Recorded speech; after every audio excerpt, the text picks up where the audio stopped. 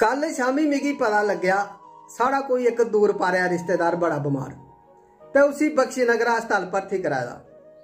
मेरी घर आली मिगी आखन लगी जाओ कुदै तुस भी पता शता ले आवो, दुनियादारी का कोई पता थोड़ी होंदा को लैके हो जाना।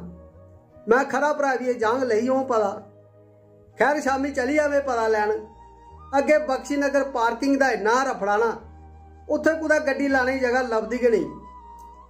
पर कल मैं जियां गया तो मिगी जगह अचानक जगह खाली लभी। मैं फटाफट गड्डी पार्क की, लाग शाग की ते चली अंदर।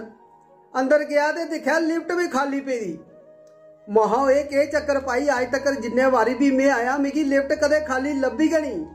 या तो मैक्सीमम बंद गै पेदी रौंदी या तो उपर थल्ले गै घूमदी रौंदी। मैं रब वाली साइड दिखा, महा रब अज के तरस आई है तुगी मेरे पर। दिखा कुदै जिसी मिल जादा कुदै। खैर छो जियां मैं अंदर बड़िया तो मेरे पिछे पिछे एक जनानी भी बड़ी, उन्हें 2 न्याणे चुके दे। जियां वो अंदर बड़ी तो मैं सोच दवाया लिफ्ट का, तो मैं जनानी पुछया महा आंटी किन्नवा त्रीया या चौथा? आख लगी मरी जाने चाहे 7वां होवे तो के लेना।